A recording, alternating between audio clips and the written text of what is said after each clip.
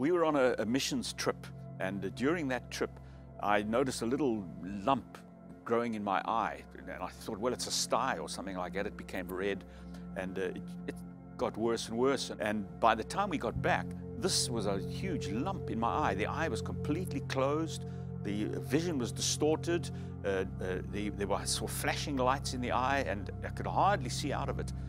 And when we got back, I went straight to an ophthalmologist and said, look, what is this? And the guy looked at it, and they ummed and ahed and took their time. And eventually he came to me and said, it's a tumor. I said, what? He said, yes, a tumor, but don't worry.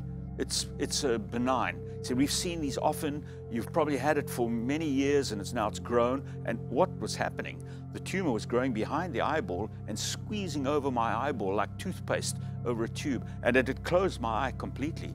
In fact, by that time, the tumor was almost touching my glasses here, completely shut. He said, don't worry, benign. I'm going to send you to a surgeon that'll open up your eyelid and cut it out. And it's great success in this area. I went to the surgeon, and there he stood. He said, it's cancerous. I said, what? So he said, I'm sending you to an oncologist. I went off to an oncologist, and he looked at it, and he said, it's a regular lymphoma. And he said, we'll hit it with radiation. We have a very high success rate, and this is what we're going to do. And I've already booked you in for radiation. But he said, there's a certain part of the pathology of this biopsy that I haven't yet seen, and I just need to see that. So I said, sure. I was booked in.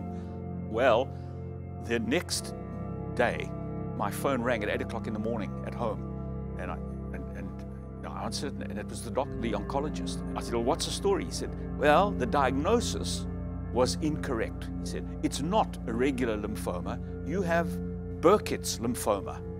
Well, I said, Doc, I've never heard of that. Don't know what that is. He said, but you calling me at 8 o'clock in the morning on a Saturday at my home, and you sound agitated. It's not good, is it? He said, no, it's not good. He said, it's a rare but highly aggressive cancer, and you've got it. He said, this is what I've done. I've already called Shands Hospital in Gainesville, and they're experts in Burkitt's lymphoma, and they're waiting for you to come and see them. And then I said, Doc, all right, that's fine. When shall I go? When shall I go up to Shands? Well, his voice went literally up an octave, and he said, you go now, right now. As soon as you put the phone down, you get in your car and you get there as quickly as you can. I put the phone down, looked at my wife. She said, what is all that about? I said, well, Burkitt's lymphoma. Never heard of it. Apparently it's not good.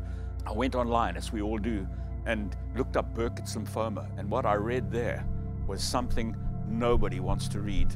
I read there that it is indeed a rare cancer in the United States, but in people over the age of 60, 0 survival rate. The best results had been something like 3 years of life after the diagnosis. I was 68 at the time. I thought, wow, what is this? Well, it was a death sentence. I knew that. It was a death sentence.